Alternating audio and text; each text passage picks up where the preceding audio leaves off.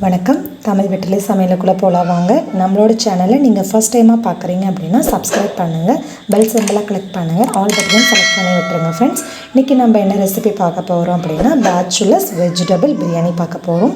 Cooker வச்சுக்கோங்க. தேவையான அளவு எண்ணெய் சேர்த்துக்கிட்டு ஒரு ஏலக்காய், ஒரு சின்ன துண்டு பட்டை, கல்பாசி, சோம்பு, பிரியாணி இலை 2-3 கிள்ளி சேர்த்துக்கோங்க, ஒரு ஸ்டார் பூ, ஒரு மராட்டி மோக்கு, 3 கிராம்பு இதெல்லாத்தையும் போட்டு லைட்டாக எண்ணெயில் பரட்டிக்கலாம். அடுப்பை மிதமான தீயில் வச்சுக்கோங்க.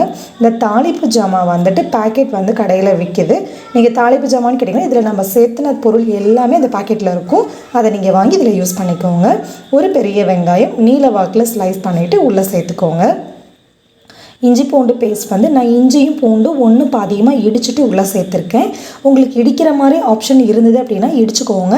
இல்லை இடிக்கிறதுக்கு ஆப்ஷன் எதுவுமே இல்லை அப்படின்னா நீங்கள் இஞ்சி பூண்டு பேஸ்ட்டு பேக்கெட் இருக்குது இல்லைங்களா, அதை வாங்கி நீங்கள் யூஸ் பண்ணிக்கோங்க. அதுவும் நல்லா ஃப்ளேவர் கொடுக்கும், நல்லா டேஸ்ட் இருக்கும். இந்த போல் நல்லா இஞ்சி பூண்டோட பச்சை வாசனை போனதுக்கப்புறமா நல்ல பழுத்து தக்காளி மீடியம் சைஸ் 2 தக்காளி நான் உள்ளே சேர்த்துருக்கேன். அதையும் நல்லா பரட்டி விட்டுடலாம். தக்காளி சாதத்துக்கு நம்ம தக்காளி அதிகமாக போடலாம், நம்ம பிரியாணி பண்ணுறோம். ஸோ அதனால் தக்காளி குறைவாக தான் போடணும், அப்போ தான் நல்லா டேஸ்ட் கொடுக்கும். இப்போ தேவையான அளவு உப்பு சேர்த்துக்கலாம். காரத்துக்கு தகுந்த மாதிரி தனி மிளகாத்தூள் நான் 1.5 ஸ்பூன் எடுத்திருக்கேன். கரம் மசாலா 1/2 ஸ்பூன் அளவு சேர்த்துருக்கேன். உங்களுக்கு இந்த காரம் போதும் அப்படின்னா நீங்கள் இந்த மிளகாத்தூள் அளவே சேர்த்துக்கோங்க. இல்லை இன்னும் கொஞ்சம் காரம் கூடுதலாக வேணும் அப்படின்னா இன்னும் கொஞ்சம் மிளகாத்தூள் சேர்த்துட்டு இன்னும் கொஞ்சம் பச்சை மிளகா சேர்த்துக்கலாம் நீங்கள். இப்போ இந்த மிளகாத்தூளோட பச்சை வாசனை போயிடுச்சு.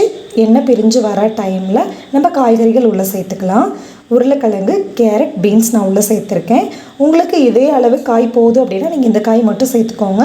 இல்லை இன்னும் காய் எனக்கு சேர்த்துனா பிடிக்கும் அப்படின்னு நினச்சிங்கன்னா குட்டியாக மீல் மேக்கர் இருக்குது இல்லைங்களா, சின்ன சைஸ் மீல் மேக்கர் லைட்டாக சுடு தண்ணியில் போட்டு புழிஞ்சிட்டு உள்ளே சேர்த்துக்கோங்க. இந்த டைமில் இன்னும் குடமிளகா சேர்த்துனா எனக்கு அந்த ஃப்ளேவர் பிடிக்கும் அப்படின்னாலும் குடமிளகா சேர்த்திக்கலாம், நல்லா தான் இருக்கும்.